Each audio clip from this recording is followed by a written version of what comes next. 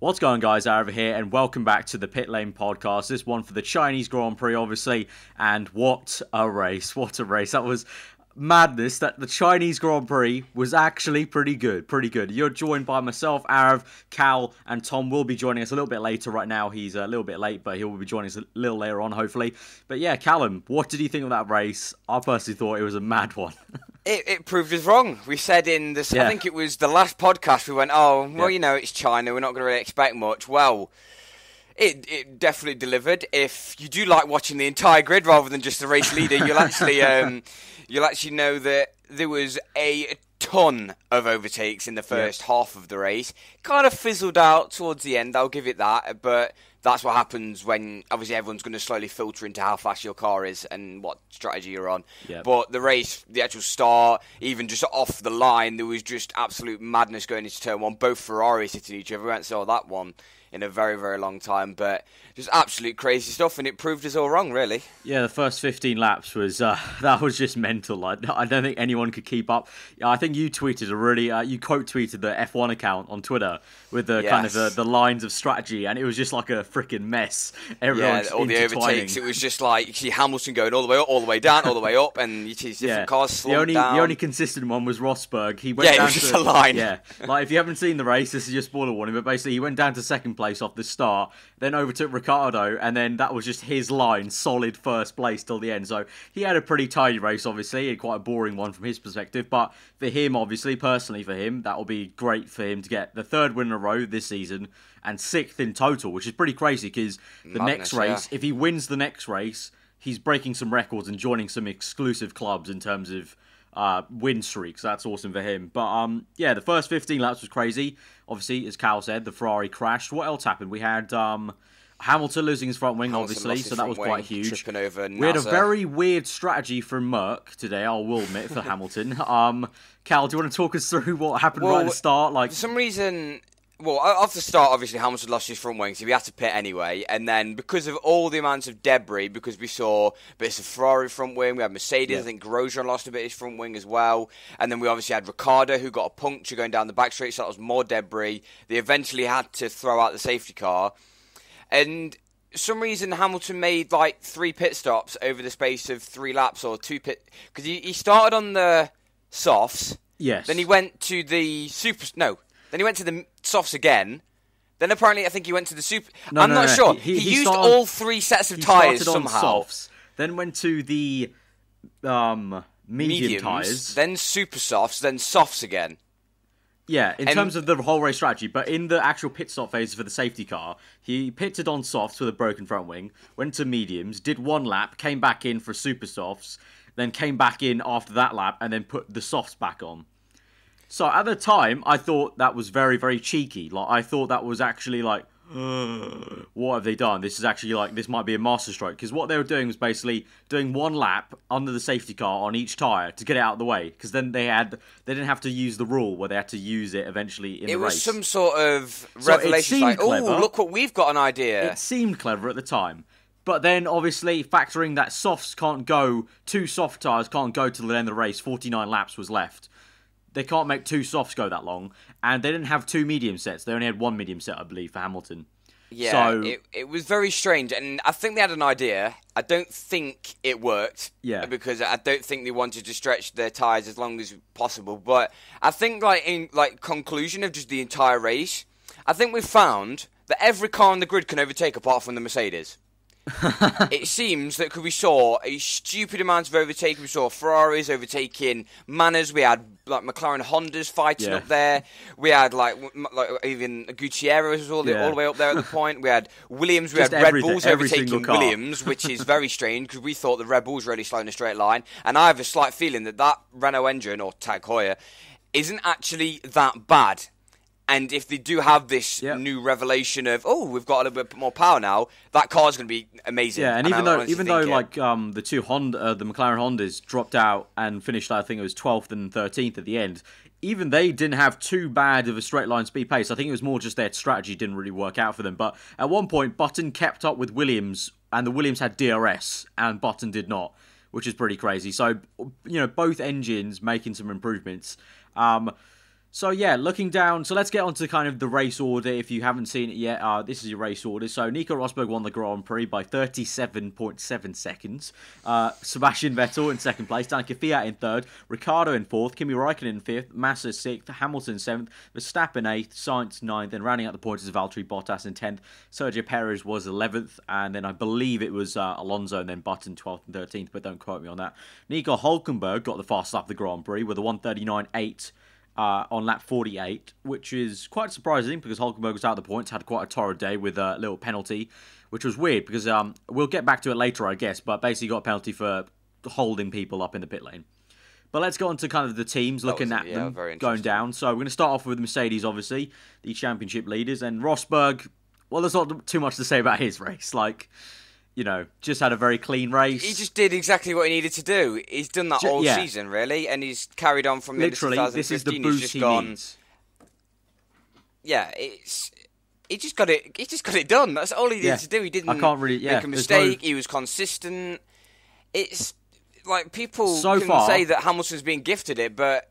So far, exactly what he needs. You also need some luck in the world to win a championship. But so far, when Rosberg's been given some luck, he's used it and not thrown it away like he might have done last year. Like last year, we saw a few times he bottled it when he got gifted something, and then it was right back in Hamilton's ball or anyone, Vettel or anything like that. But this season, he hasn't bottled it, and he's just done the job he needs to do. 3 wins in a row this season, and as much as Hamilton will pass this off as it's fine, it's all chill. It's a big deal. It's a big deal. I think that he's won 3 in a row right now. Like he's got 75 points already. Yeah, like, of course, that's a lot. Of course, lots of people on Twitter, and I do agree with him to some extent that Rosberg sort of needs this head start almost to have a championship fight with Hamilton this year. But still, if it was someone else, 3 wins in a row would be a huge deal. So, well, basically, if he loses it now, whoa, there's some issue. Unless it's massive amounts of engine issues and engine troubles and penalties that, like, something goes wrong with the Mercedes power unit. If he doesn't have 3 shit races like Hamilton's had, then there'll be like maybe it's time for you to go from Mercedes and try something new. And then, like, contrasting onto the other side of the garage, a lot of people have been pointing towards, obviously, they switched the mechanics at Mercedes, so people saying, three races with different mechanics, right. 3 races that have been not so good, but, like, Hamilton coming out of qualifying, obviously that was just not his fault, you can't really help that. Turn 1, ran into the back of Nasser, who was avoiding Raikkonen coming back on track, just a little bit clumsy, just everyone backs up, you can't do much about that. And then he had the front wing obviously stuck inside his car, so that probably did a bit of damage. And then just, I don't know, there's something wrong with that Mercedes that everyone keeps talking about, and it's becoming more and more of a factor that it seems that only the Mercedes can't pass cars because they're so used to dominating races that it's almost like back in the day when people said that Vettel can't overtake. It's like, but now they're pointing it towards the car because Hamilton just could not get past. We saw right at the end of the race, he could not get past Massa at all. He tried because I think Ricciardo overtook him, then overtook Massa. Then Raikkonen did the exact same thing. Yeah, well, at one point, what was it? Martin Brundle was like, "This is probably the worst lap Hamilton's done in Formula 1." Yeah, because he tried to overtake Massa and ended up losing the position to Raikkonen. Yeah. So it was maybe back to the drawing board. Maybe cause they've got obviously the aero performance there. But maybe a few tweaks need to be made to actually follow cars. It's like you said, back with like Vettel and Red Bull, but it's sort of a different reason. Like back with Red Bull, it was a case of because they've got so much downforce, they can streak away. But when they come up against cars that they're behind, they don't have the engine power because the Renault, even in the V8 era, was a bit down. But they had too much downforce, and the V8 Renault wasn't that great compared to other engines, and they can't overtake. And it's sort of the same case here, except obviously Mercedes have the engine. It's literally just that it seems their car setup, the complexity of the car, really just does not like any dirty air whatsoever. Whereas compared to every other car on the grid, like you said on Twitter again, Cal, dirty air for every other car wasn't really a thing today. I actually, it really does annoy me now because people keep pointing and saying this era. We had a huge talk about this in a previous podcast, talking about where the cars are at the minute, and the cars are fine.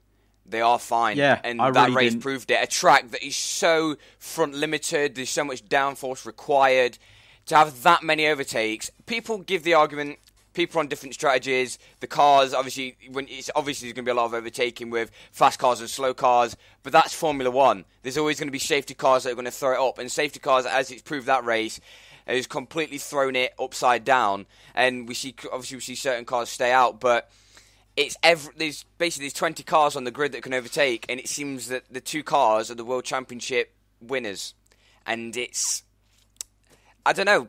I think it's a lot of Hamilton fans that are maybe starting to point towards the dirty air because everyone else is fine, and I don't see the issue. Yeah. But I think moving on to Ferrari, who obviously picked up second with Vettel. What did you make of Vettel's race in general? I really like how aggressive he was at some points. He was maybe a bit too aggressive. I think he lost his head a tiny bit, but I think he was fine in that sense. Talking about turn 1, apparently whilst we're recording this podcast as soon as possible, because I've actually had a quick look at Twitter, and Kvyat and Vettel have had some sort of talk about it. A lot of people, Vettel pointed it towards Kvyat. I kind of think that Kvyat was just being quite clever, because you can fit 3 cars through there, and I think Vettel kind of overreacted a little bit. It was just like, oh my god, he's there, and he just hit Raikkonen, and I think Raikkonen was just a little bit unlucky. He was just kind of twatted off the track, but I think it was a little bit unlucky there. Yeah, I think it's a tough one, like, especially with Raikkonen. It was more just, it was like the commentator said, it was like a wedge that was just, he just got stuck in it. It was, it's a tricky one. Like, he can't really go anywhere. And Raikkonen can't do much because obviously, you're looking ahead. You're not really looking at your rear tyre. I mean, you can't. So it's a tough one there. And in terms of Raikkonen, I think he did really well to get back into 5th, to be honest. To finish ahead of Hamilton as well. I think that's more Ferrari's strategy, to be honest. I think that's where you can see Mercedes messed up a little bit because both Kimi Raikkonen and Hamilton had a front wing off. And even though the Mercedes car, it was, what was it? I think Kimi was further up the road, right? Yes, when he came was into a the little pits. bit further up the road. But I think all the faff were doing the extra pit stops and then trying the soft tyres, but then reverting to the mediums. It was just clear that you can see, comparing the two, that Mercedes did muck up strategy a little bit. But I think Raikkonen did a fantastic job to get back up to 5th. Yeah, he made the overtakes when he needed. Really so unfortunate for him, though. Just in general, like we said this before in the other podcast, that it was great to see. I said this in my qualifying video. It was great to see Raikkonen beating Vettel on pace in qualifying, and now again hit with bad luck at the start. I'm actually really, really sorry for him. And that's the thing with the incident. It was far from his fault. It was two people had their issue, and he just got taken out. It was nothing to do with him. It's a little bit unfortunate for Raikkonen, but I think he can take this weekend with a little bit of pinch of salt and think, okay, I'm actually getting back into it. I'm getting back into the groove and going into Russia next. Yep. He can just, he'll have a little bit of confidence up his sleeve that he knows that he can beat his teammate over both qualifying and race pace. Because I honestly think that Raikkonen would have beaten Vettel if he didn't get taken out by Vettel. Yeah, so, I do. I think so. It is a slight shame on that one. But overall, like Ferrari, they've basically damage limitation. It's like what Hamilton's had all start of the season, really. It's just damage limitation on Raikkonen's side of the garage. But moving on to Red Bull. Yeah, Red Bull, had a fantastic. Solid race. Fantastic. Very solid that race. That Red Bull car really did not look like it was the Red Bull car from last year at all. Danny Kvyat in 3rd place, Ricciardo 4th. Kvyat, like you said, the Russian Grand Prix next. Kvyat is going to be very happy to get podium right before his home race. That could give him a lot of confidence. And, China, long back straight. Russia, long straights. Didn't seem to hurt Red Bull too much. Obviously, there's the second sector, which is a lot of... you need a lot of downforce and a lot of slow corners, the hairpins, where the Red Bull's very good. But Russia has a few of those. But in general, today's performance by Kvyat, I felt, was very, very impressive. He got the moves done when he needed to. No messing around when he was on the fresh tyres. Just got it done and then just did his race. Yeah, that was it. It was unlucky for Ricciardo having it that puncture. I honestly think he could have been up there. I think we could have saw a double Red Bull podium, which would have been amazing to say how not so optimistic they were going into this season. But it was very solid for Ricciardo having a very good start. Obviously, he was on the softer compound because he was on the super soft compared to Rosberg's soft, so he is going to have a better start. But they both kept their noses clean to turn 1. Kvyat just made the most of the opportunity and just slipped up the inside. At the end of the day, Kvyat can't really care. He made the positions, went to the inside, did a few bits of overtaking manoeuvres, got past different cars. Red Bull did a very good strategy to say that I think in Bahrain they did mess the strategy up a little bit, so they've kind of ironed them kind of creases out. But it was. I was quite surprised how well Kvyat qualified as well, because obviously coming out of Bahrain, he had a shocker in Bahrain, and to say that he bounced back so well I'm not sure if you talked about it that much in your video, but he bounced back so well to actually take the confidence, because obviously he's had so much flack over the past 2 years from both the media and Helmut Marko. To just bounce back in one race, he can turn it around so quickly, and we don't see many drivers on the grid that can do that that quickly. Yeah, especially after the way this season started. Once again, he did poorly in Australia, so great kind of mentality to kind of keep strong. I mean, you could sort of tell. Obviously, he had that. What was he? He was trying to lap someone, and he got a little bit angry on the radio. So you could see he got a little bit hot-headed, and Brundle commented that maybe he needs to kind of keep calm because he was going to get third anyway. But yeah, great kind of mental strength to come back from it. And I'm sure, none of us really know how it feels, but I'm sure it feels very, very awful at times when all the media are kind of grinding into you, and you have also two pricks on YouTube that grind into you sometimes. Yeah, great stuff from Kvyat. And then Ricciardo, interesting one. Obviously, at the start, it was great to see. Amazing start from him to get into first place. Obviously, he got overtaken quite quickly by Rosberg down the straight. He got mugged off on the straight. But overall, okay. I think he definitely would have liked to have finished ahead of Kvyat, considering he was on second on the first row. But, these things happen. I think he had a bit of bad luck throughout the race, sort of being caught up. Okay, so Tom's jumped in now, so he's ready to talk as well. So now we're at the complete trio. So we're now going to move on to Williams, because we finished up with Red Bull. So Williams, not actually logically the next team, but Massa did get 6th place, but Bottas was down in 10th. So a bit of a weird one for Williams. Yeah, guys, what do you make of Williams? It was a bit weird. They looked good in certain places. Obviously, as usual, down the straights, they were very good. But again, Bottas down in 10th. Compared to Massa's 6th. Again, it just seems like Williams can't get both of them together in one kind of good pace up there.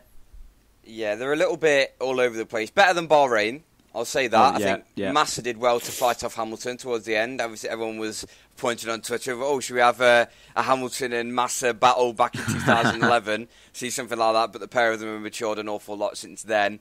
But it was okay for Massa. We saw them get into a few scraps. To be fair, the most time we saw Williams, it was normally when they were on their own or getting overtaken, which kind of a bit of a throwback to Bahrain. But we did see a few overtakes from them. Bottas, I'm not really sure because we didn't really see that much of them. On the FOM feed, there weren't. We see that a lot, though. We see that there's always one team that you don't really see that much. Obviously, we've saw a lot of Haas in the past 2 races, but we didn't see much of them. And now Williams we saw a little bit more of. So it's all about balancing that out. But it was, at least they got the strategy right. I think they did do a lot better on the strategy. For Massa, at least, yeah. I mean, Williams is a case of, if you remember, as the season's gone on, they've been trying to push to catch Ferrari, and this weekend they sort of admitted that they've lost ground this season to Ferrari and Mercedes, but I'd even say to Red Bull as well now. I think they've slipped behind Red Bull. So I think that's the best they can do, really. They're lower in the top 10. They've really sort of slipped back. I think, we have to be realistic here. They're just not that good anymore. I think they're sort of struggling for just all-round pace. Well, they're battling with Toro Rosso, basically. They're in that sort of battle. Which is definitely not where they wanted to be. Midfield, obviously nowhere near where they want to be, but that's where they've got to kind of just pick up. That's kind of, they've got to sit back and go, wait, this is where we are. Let's not try. I think that's one of the problems with the strategy. I think they try and do a strategy that will get them higher up the grid, and try and battle for maybe top 5 when maybe they're looking for 6th, 7th, 8th, and they kind of get mugged by the Toro Rossos and even other teams such as if we see Haas getting involved as well, maybe in the next race. I think in some cases, they sometimes tried something too different, to try and get up there, and it's just mirror Mercedes, Williams, just mirror the cars around you and just do what they do sometimes because they try too much. I feel like they're also losing track, though, because they're trying to match those ahead of them so hard, they're sort of losing track of what's behind. And that's what's sort of costing them a bit. Yeah. So they're not really focusing on what's coming behind. So, Toro Rosso, Verstappen today, perfect example. They were sort of focused on just looking forward, and they didn't realise what's come behind. and Verstappen passed them both. So yeah, so talking about the Toro Rosso and Verstappen, so that's the next team. Verstappen 8th place and Carlos Sainz in 9th, behind Lewis Hamilton there. And Verstappen not too far behind Hamilton, actually. Hamilton finished 1 hour... is that 1 hour? 1 hour 80... What? 1 minute. I was good at reading numbers. Hamilton finished 1 minute 18. I do engineering, I can't read numbers. Hamilton finished 1 minute and 18 seconds behind, and Verstappen was only 1 minute 19 seconds. 1 hour behind. Hey, this is how dominant I thought Rosberg was. Yeah, well, Toro Rosso, double points finish. Yeah, obviously, happy. Like we said, compared to pre-season, they're not really where we thought they would be, but at least they're getting points still.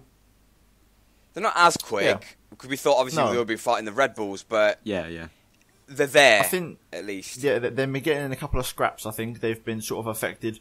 I didn't really pay attention how the safety car affected them, so I didn't really know. No, me neither. I don't think it was really shown. So, I don't think they gained or lost anything from the safety car. They seem to just be there. You can see though they're always a threat. They're always there, especially Verstappen so far this season. Yeah. But I think Toro Rosso I think they're a sort of team that you can see progress quite nicely over the season. So I think they'll always be in the points at least. That sort of team always in the points, I'd say. They'll always be picking up little bits and pieces like. Let's say, okay, Hamilton had to retire that race. That would have been another position gained, and it's just they're picking up bits and pieces from here and there, and that's what a midfield team is all about, picking up points. You've just got to do that, and it will slowly accumulate over the season, which is obviously a very long season. So unless the development kind of improves, I think it's going to be a season-long battle with Williams, unless they can just kind of force themselves towards Red Bull maybe, and obviously when Haas have tyres. Haas are a weird one, and we'll talk about them later on, but when they have tyres and when it's a track that they like, then they can get involved in their scrap as well, because Haas has beaten them twice, but it's a solid result from them, and they can take that into Russia, where they can just go, right, okay, have another double points finish, because I think reliability is one big thing that they want to get on top of, because they've had way too many reliability issues recently. Yeah, well, I mean, Grosjean had a bit of a... I think he could have been better. I think he had a bit of a misery compiler today. But just quickly, I want to go back on Williams. Just remembered something. I believe it was actually Bottas who was running the Nunos this weekend. So... And finished behind Massa. That was a good development, wasn't it? Well done there, Williams. Great spend. Good research and development there. Well done. Yeah. Well done. I don't even know Williams. Yeah. Right, moving on to Force India. Sergio Perez in 11th. I don't even know where Hülkenberg finished, but he did get fast lap. But now, as I mentioned with Cal before Tom got here with Hülkenberg, the incident was with Hülkenberg. Basically, they're double stacking, and Hülkenberg wanted to get a gap, obviously, so he didn't get held up. So he went too slow in the pit entry and was penalised for going too slowly there. So you can't impede other drivers if it suits you. So that was unfortunate for him. But all round, at least Sergio Perez was closer to points than he was in Bahrain, which was obviously, as we covered in the podcast, a misery for them. So improvements. Well, Perez qualified 7th, didn't he? And then Hülkenberg got into Q3, so both Force India's gone into Q3. Yeah. Obviously, Hülkenberg had the penalty, and Force India, I think they could have done a lot better this in the actual race itself. I think Perez, I think that sort of his pace, but I mean Hülkenberg got a bit unlucky. Obviously, a penalty after qualifying, and then another penalty in the race. But Force India sort of they look much better this weekend compared to Bahrain. At least they definitely taken a step forward. Obviously, I think VA Malia said that they've got plenty of development in the tunnel, and they're hoping that for sort of Spain time, when the big upgrades sort of come around, that they've got a bit of a package ready. And I think even Russia as well, the next race. But you can definitely see they've progressed quite nicely from the horror show that was Bahrain they had. So yeah, it's good for them. Yeah, we saw Perez in some good scraps, because I think he was scrapping with Jenson Button a little bit during the race. Sector. He was getting involved, and we saw, I think Justin on Twitter was getting annoyed because Perez was making some overtakes, and the FOM looked at Hamilton trundling around in whatever position he was at the time. But it was more better on Perez's side of the garage. I think he had a lot more fun in the race. Hülkenberg, the pit lane incident was quite funny because everyone just loved the fact that Vettel was just like, no, I'm not having any of your crap. Oh yeah, that was a fantastic moment. That was a fantastic his way moment. through, because I think there was a Haas stuck behind Hülkenberg, and he just sat behind him, and through came Vettel. Yeah. It was just like, right, the pit lane speed limit is there, so I can go as fast as we can. Yeah, we saw that. That was fantastic. All the way back in 2010 when we saw Hamilton and Vettel having a battle into the pit lane, and that's one of the good things about the pit lane in China. It does give a little bit of racing, not as if you'd really expect. Well, yeah, it's like Brundle said, his mind was switched on. Yeah, we've he seen had his many mind switched on. overtakes into the actual pit lane itself, where people got up the inside into the hairpin. But we have saw that before, where we saw a car slow. I think, Tom, can you remind me? I remember a Spa race. Was it like a McLaren, like Montoya or someone? I can't remember. I remember all the way back in 2005 or 6, where I think Raikkonen had pitted. And Montoya obviously had to stack, so he backed up and had a massive train. I was going to say this. And I was like, what that reminds me, and I don't think Montoya got penalised back then. But obviously they brought in rules to stop that happening. But it's a clever idea, but 10 years ago it would have happened. But Hulkenberg, well, to be fair, it obviously worked a lot more for Montoya because he had a huge train behind him, whereas Vettel just was like, okay, we're just going to buy straight past. I think and it just was went straight in. I'm sort of like scratching my head. Spa 2005 rings a bell, but I don't think it was that race. It was another race. I can't. I think I'll try and think as the podcast goes along, and if I remember, then I'll point it out. But I know exactly what race you're talking about. Yeah, and, the regulations have changed. But I do want to say just quickly that actual pit lane sequence when the safety car came, that was absolutely brilliant. Like you see Jenson Button sort of like it was like, I swear he almost went into the wrong pit box. Yeah, again. no, that's what the first time I think Brundle thought that he got caught up with the Toro Rosso, but he only got caught up because he nearly went into the wrong pit box. Because I think he saw, he saw like blackish, bluish overalls and thought, oh, that's my pit garage. Nearly turned in, then turned back out, and then the Toro Rosso obviously brake checked him a little bit. Then he stopped, then kept going. It was that's why I love this is why we love the safety car, because it always throws it up. And you hear if you go to Ted Kravitz in the pit lane, you can't hear him because of the microphone, because there's that many cars. There's a good 20 or so cars in the pit lane. But the amount of... it's not the first time Button's done that, though. And we saw Massa, I think, the last person that's done that, where they've gone into the wrong pit box. But it was 2011 when Button went into the Red Bull pit garage. But it was quite funny watching on board, because obviously he went in. It was like, okay, maybe not. And I was like, actually missed his pit box. I think... like Maldonado's done that before, where he literally went through a drive-through because he missed his box. And I was like, no, but he actually went right at the end of the pit lane, because obviously he remembered that McLaren finished. I think he probably forgot that as well, that they were right at the end. It's right at the end, but that's just what the safety car does. I think that's what everyone prays for a safety car. Speaking of McLaren, that's the next team to go on to, because I'm trying to get the full race results here, but I'm pretty sure it was Alonso 12th and Button 13th. So, yes, it was. I've got it right here. 11, so, yeah, 11, overall, obviously, we had that spectacular moment where we saw Alonso and Wehrlein up in 3rd and 4th. After all the kind of maniac start. So that was pretty crazy to see. And obviously they tried something different with Button going on the medium tyres for quite a long time at the start of the race, which didn't really work out. Thomas shaking her head at that. It started off quite good. It started off quite well. For like the first 15 laps, it was a good strategy. The medium tyre was working well, but then they just kept him on that tyre for way too long. Kept him out way too long. Literally, I was screaming on my screen like, okay, you can see the medium from Button is not working. Put him on softs, and then put him on super softs at the end. Because they could have done the exact same amount of laps they did on the medium anyway, but they could have done it on a faster tyre. But no, they just forcibly, or they could have gone like soft or something, but they just kept them out there on the medium. He just kept on dropping through the field. He was in 4th, he kept going down quickly through the field, like every lap. Then, he was like 4th at one point, and he just kept dropping. Then mediums were really good. Let's put them on them tyres again. So he sent it back out, and he lasted 15 laps. Well, he still had to go on the super softs at the end. Yeah, so but he may as well just gone on softs. Going rubbish again. Exactly, that's what I said. And the rest of the field proved that the softs do seem to go quite well. So it was a bit of a the soft was the race tyre. I feel. Yeah, same as Nebula yesterday. Yeah. So and for Alonso, sort of. Almost the same sort of case, just kind of, you're out there in front because of your different strategy, and then you sort of just get reeled in. I think Alonso, it was good at the time. Yeah, it was good at the time, but I feel like in hindsight, you should just pound the safety car. I do feel like McLaren missed out this week. I think, like they said, they could have got Q3, and then they should have definitely, I think, had at least a point or something. They just need a bit of luck here and there. They should have done a bit of a better strategy. I feel like with Button, they sort of just experimented on the go. And what they need is to stop for Van Dorn. That's what they need. They need that in the car.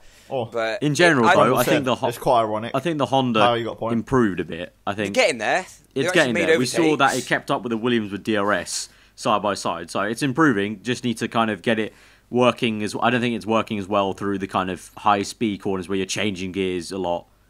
So it's getting there. So moving on to the next team, which I guess is Haas, because Gutierrez is 14th place, and then Romain Grosjean unfortunately down in 19th place. We saw at the end that he was a bit of radio, and he wanted to ask if they wanted to retire the car because he said there was a huge issue with the car and it was undrivable. The team said no, we just want to finish this race though. So unfortunately for Grosjean, I don't know quite what was the issue that was making it hugely undrivable, but we know that for a fact that Haas to retire the car to get rid of the gearbox, just have a new gearbox. So yeah. Obviously, when they retire, they can do that. But I mean, think it's just a giving up act from Grosjean, to be honest. We saw from the past 2 races, he's been like, yes, we're doing well. And then he's just like, no, I can't be bothered. Back to Lotus, back to the Lotus days. mean, we know that Haas really haven't dialed in the setup at all for any of the circuits so far. Like, they've just been working on the actual reliability and getting the car running. So, Gutierrez, 14th place. This weekend, they've been nowhere. Yeah. Genuinely, like, even in qualifying. Didn't they blame it on the tyre pressures? They said that Pirelli did too high tyre pressure. I remember that was a thing for the whole grid, really. Yeah, but it's the same for everyone. Yeah, so but really obviously it changes between teams, but it's quite weird. I know obviously setup work's a huge thing, but it's quite weird to see a team that finished so well in the first 2 races just drop off at a track that is so time limited. I honestly think it's experience, but I also think it's genuinely just the super soft factor, that the fact that Haas seemed to really like the super softs at Australia and Bahrain, especially Bahrain. They were so aggressive with super softs. I think it's just a case of a China where the race tyre was not the super soft and it was the soft, that they just harmed them, that they couldn't make it work. I think the team, especially in Bahrain, benefits so much from having such an aggressive strategy that worked out for them. In China, it wasn't the case. China is a front limited circuit. It's one of those ones where you have to be cautious on the tyres, and so it just didn't work for them. Yeah, I kind of wanted the team to hopefully bounce back at Russia, but they'll be fine. Russia super soft. It proves how close that midfield is, though. That we saw Haas drop back so much. But obviously, we say that Williams did a little bit better, Forcini did a little bit better. That's only because Haas just dropped down the field. Yeah. But no, we don't like to see a team drop off that quickly. We see that like with Sauber and everyone. We don't want any more teams like that. And now I've said that, it sort of makes sense. Like the next race at Russia, Haas could be right back up there. Super soft, medium, soft could well be an easy tyre. Like last year, they managed it quite easy in the race. And now last year, Sochi was a pretty decent race. So yeah, tyre wear's not bad. I'm actually really looking forward to the fact that Russia's this next round, because like Tom said, last year Russia was actually quite thrilling for the midfield battles. Like the Toro Rossos had really awesome races in Russia, so that's going to be very, very interesting and very tasty, hopefully. So Cal briefly touched upon Sauber, so that's the next team to go on to, because Marcus Ericsson finished in 16th place behind Nico Hulkenberg, ahead of Kevin Magnussen.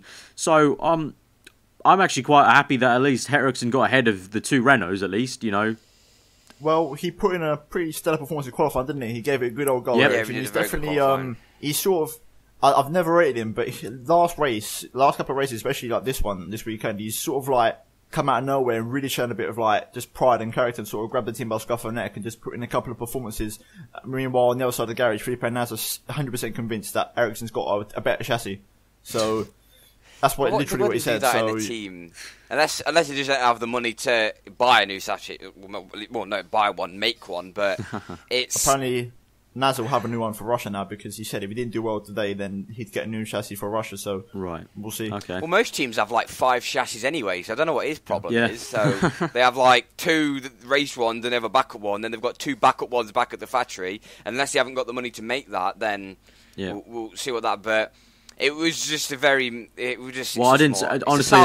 honestly didn't see much of Sauber this entire race, so the only time we saw can't Sauber say too much was when Hamilton crashed into Nasr. Yes. Yeah. And then that was about it. Yeah. I think Nasr picked up a puncher from that. I'm not sure, because he was like miles behind after the safety car. But it wasn't really his fault. I think Raikkonen kind of ruined him a little bit, because he steps on the brakes. He was like, "Oh my god!" And then everyone piles into the back of him.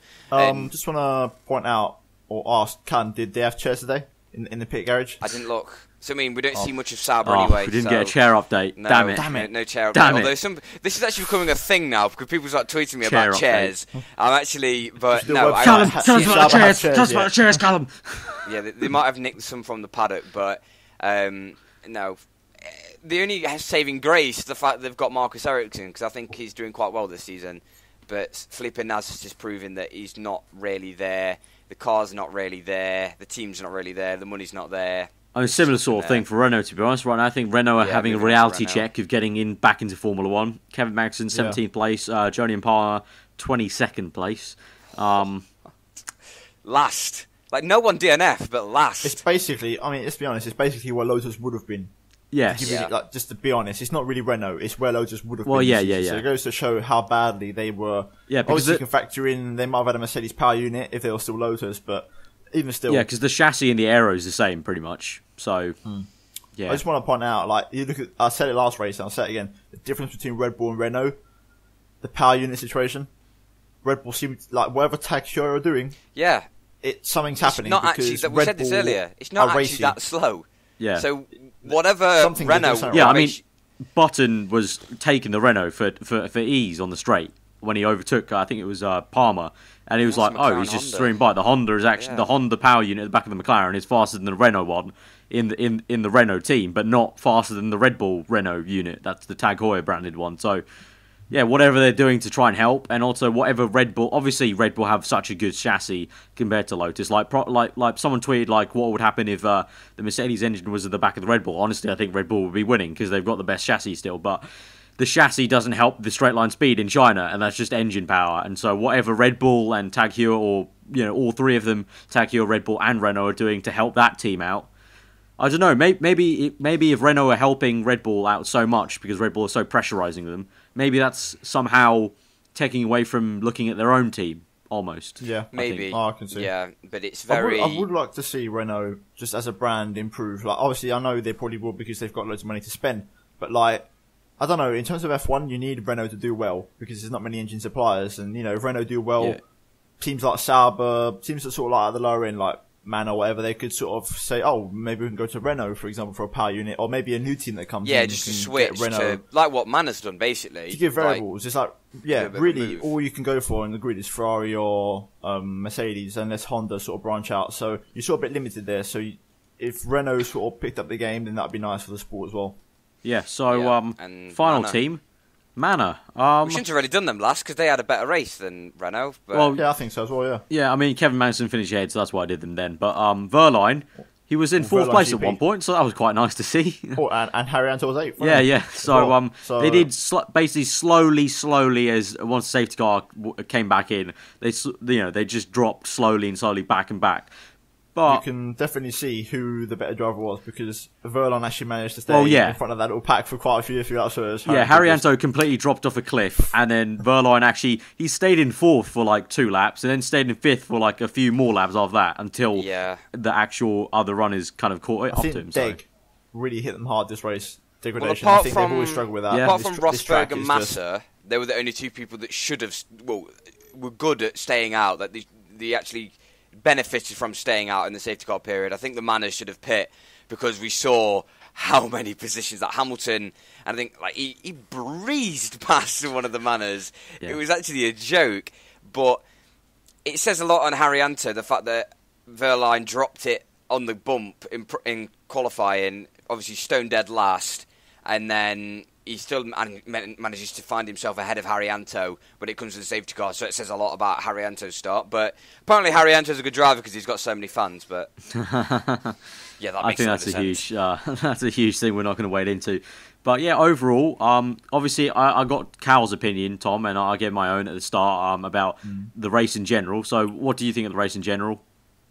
Very enjoyable. Yep. 2016 has been well worth getting up for these 2 out of the first 3 races. It's been great. Really, really impressed. I'll tell you, if the racing keeps on like this during the season, fantastic. 2017 may not be a thing. Yeah. So we can actually focus on getting a couple of people at the top of F1 axed, which may be the more pressing issue, or might become the more pressing issue. The race is just fantastic. I really enjoyed it. The first 15 laps were just... I'll tell you what, guys. Us 3, we chose the right time to start a podcast in 2016.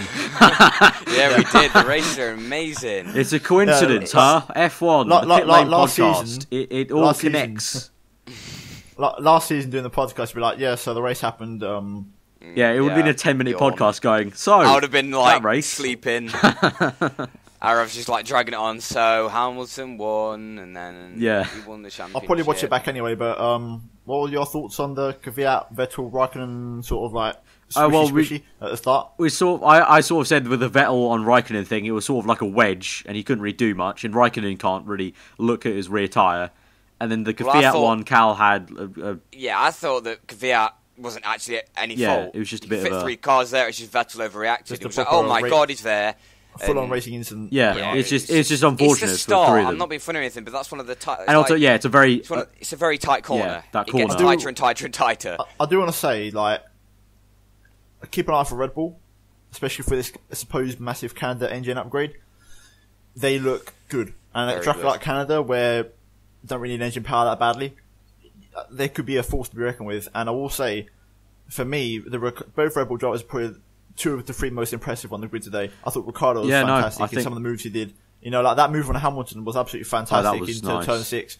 And then, shout out to Kvyat. Kvyat did a fantastic job. You know, Bahrain, when he qualified so poorly, people were starting to think Ricciardo's definitely getting the edge. He came back in the race, did a really good race, and today he just put the shift in the race, did a really good job. And like I said, I put it on Twitter. I think my driver of the day is probably Kvyat or Raikkonen. I thought Raikkonen did a really good job as well. I really enjoyed how Kvyat drove. If you look at the comebacks, Hamilton and Raikkonen pretty much in the same boat. I think they were like stone dead last, both together. Obviously Hamilton behind Raikkonen, and then at one point Hamilton got ahead, but Raikkonen still managed to finish ahead of him. So good job from Raikkonen in that race, I think. Yeah, it's solid. I think like going off driver of the day, I think we've always got a few candidates, which is really good. It's just one outstanding. Yeah, it's nice. It's nice to have a few. It's probably either of the Red Bull drivers. Yeah. Really, because both did a stellar job. I think you can't exactly slate Ricciardo because obviously the puncture, you can't do much about that. And I'd say the other driver is Ferrari. And then you can't exactly factor out Rosberg. No, exactly. The top 4 on Ferrari. Yeah, domination. Yeah. You can't fault domination. For all intents and purposes, Rosberg drove the perfect race. That was he drove a perfect. He literally just chilled out, and it's like, and you can't have a go at him. It just others need to do better because he was literally ahead of them by miles. Yeah, I'm not one to be I'm not a conspiracy theorist or anything, but I do sort of agree to an extent. I think David Croft said in the race, the racing gods are smiling upon him so far this season because he's definitely, you can see, I mean, I'm not one of these guys who talks bias, he's definitely had a lot of luck compared to his teammates. So I mean, I'd say the same thing to Cal though. Like, you need a bit of luck, rub of the green to win a championship, and the important thing is, last year he was given some luck sometimes and he bottled it. This year, so far, he's taken it by the scruff of the neck and just used it. Just ran with it. Well, so far, this season is reminding me of 2014. It's just looking like it. Rosberg started off 2014, alright, he had the better reliability. But, if you just look at it, I told my dad when I was watching the race, it's like, okay, Rosberg's got a nice, healthy lead. But technically, if this was last season, the season would be starting now with 19 races. We've got 21 this season. So we've done the 2 extra ones. So technically, the championship is sort of starting now, if you know what I mean. Yeah. Compared to last season. Yeah, I see what you mean. So there's still time. Even though Rosberg's got a nice healthy lead already, there's so many races to go. 2 more races for Hamilton to recover. Yeah, there's so many more races to go. Yeah. That's why I hate people when they say that the championship's over already. It's like, oh my god, we're 3 races in. Oh my god. Think of how many races they've got to get through without reliability. And there's so many more races that we can have great talks about. Stop being so narrow-minded and just wake up and smell the races. 2010, 2012, 2014, where the leader at the start of the season was nowhere. Yeah. There's many seasons where the championship winner has just not been there. So and just overall, some people pointing towards that being a bad race, I'll give that race a solid 7. I'd probably give it a 7. I agree with that. Solid 7. Yeah.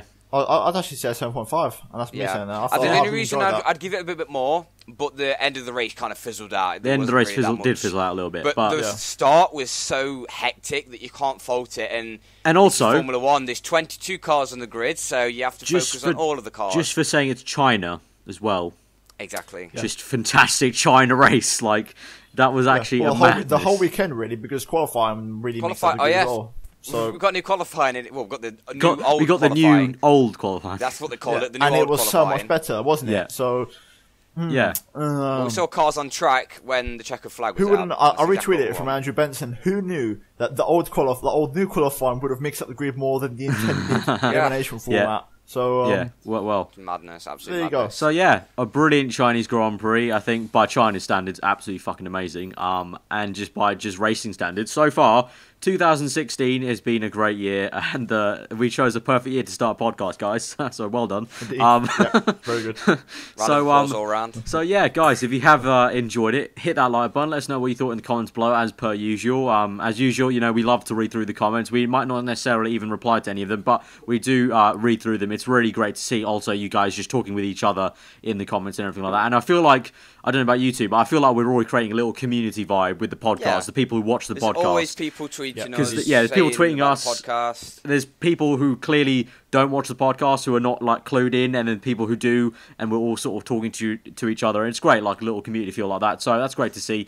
So if you're new around here, then do subscribe to this channel for the podcast. Subscribe to these two if you enjoy them talking about Formula One and see their F1 content. But yeah, I've been Aaron. This has been Callum and Tom, and we will see you for the next one. It's Russia in 2 weeks' time, so we'll see you for the next podcast.